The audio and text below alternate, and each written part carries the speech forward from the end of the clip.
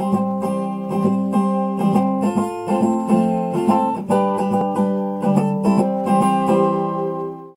guys, and welcome to another Sorority Stories video. In these videos I talk about anything from getting a big sister to deciding to go through recruitment, basically anything Greek related.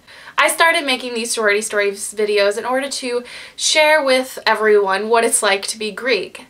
So if you're Greek, non-Greek, or even interested in becoming Greek, there's always something in these videos for you. You can learn a lot about Greek organizations beyond what you see on TV. So in this video, I'm going to talk about what it's like to get a little sister. I've made a video about getting a big sister before, and I'll link all my past videos below, but this time I'm going to talk about what it's like to get a little. I always like to preface these Sorority Stories videos by saying that not all Greek organizations are created equal. So my experiences will not be the same as someone else's, or if you decide to go through Greek life and recruitment, your experiences will not match mine. I just like to make these videos to make you aware of what's going on, and if you're interested in going Greek, you know what to expect when you go through recruitment or when you get a big sister or anything like that. So let's get started about talking about getting a little sister. In my organization, you do not have to be a big sister. So you actually have to make the decision yourself whether or not you want a little. There are a few factors that you have to think about when you're deciding whether or not you want to become a big sister, one of which is time commitment. Being a big is really important. You want to make sure that you have time to spend with your little to help them understand the processes of Greek life. If they're having any problems adjusting to college or workloads, you have to be able to have time for them and to be able to help them along. And along that, you have to be ready to be a mentor. Being a big sister to someone, you're supposed to be able to help them along. Help them through anything that they need help with, be it sorority stuff or college stuff. So if you really don't have your life together yet, you probably shouldn't decide to be a big, because if you can't get it together, what makes you think that you're going to be able to help your little get things together? So you really have to decide whether or not you're ready to take care of someone in that way. And one factor I don't think many people consider is the financial responsibility. And I'm not saying being a big is just showering your little with gifts, but it's important to know that you're going to be the one that buys them their first t-shirt with the letters on it, or that you will be paying for different sisterhood events for them before they're an initiated sister. So you have to understand that there is a financial commitment on top of having time for a little. And the biggest deciding factor for me was whether or not I had a bond with one of the new members. I didn't want a little just to say I had a little and to continue my family tree or whatever.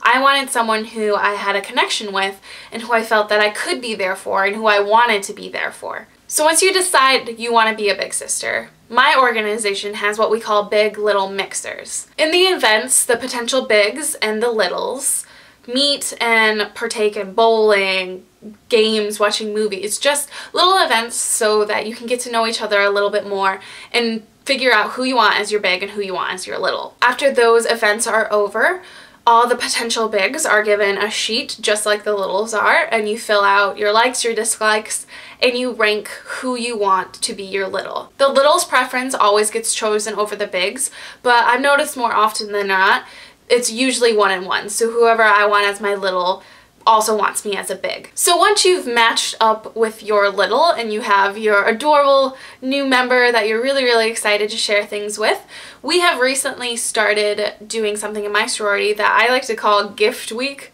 I think it actually has a name, but that's just easiest for me to call it. In this week, your little does not know who you are, so it's kind of like a surprise gift-giving event that culminates in Big Little Reveal. During this week, you give your little gifts that you give to your new member educator, the sister who teaches them your ritual and all the stuff it basically takes to be in your organization. So you give them your gift each day, and they give them to your little. So your little gets to get little tokens, and you're not supposed to try and show them who you are until Big Little Reveal, where they find out in the ritual who you are. I, however, never got to participate in Gift Week because when I got my little, we weren't doing that sort of part of Big Little Reveal. However, I think it's a lot of fun. I really wish that I got to do it for my little because I know that I had a lot of little cute ideas of stuff I wanted to give her that I ended up giving her later, but I thought it would be really cool if I could give it to her when she didn't know who I was.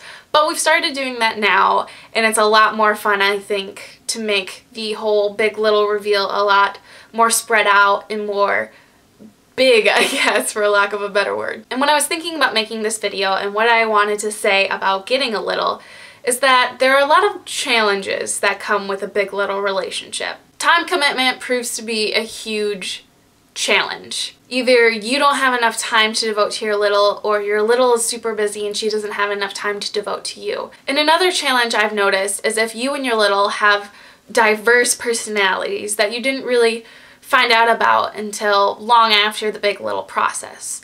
Big Little Week and all the Big Little events take place pretty quickly after you extend a bid to a new member. So there isn't tons of time to get to know your almost potential little, the person that you're supposed to have this bond with and be their mentor for. So maybe after a couple of months you realize that you and your little are really different and that your little maybe gets along with another older member a lot better than you.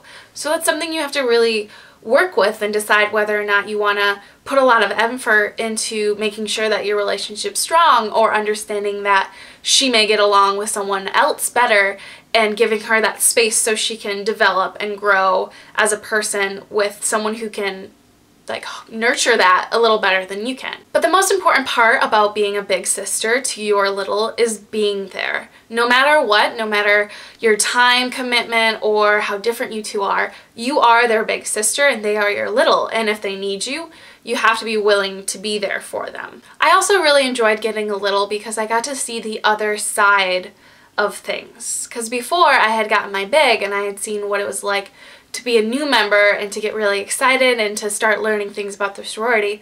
But as an old, I guess, member, getting a little, you got to see the other side and you got to understand what it felt like to be them, but to see a new side of it. As always, if you have any questions about what it's like to be Greek or anything Greek related, feel free to ask me in the comments or send me a personal message or whatever feels comfortable to you. And if you have any suggestions of future sorority stories videos, I would love to hear them as well. I really hope you liked this video, and I will talk to you guys later. Bye.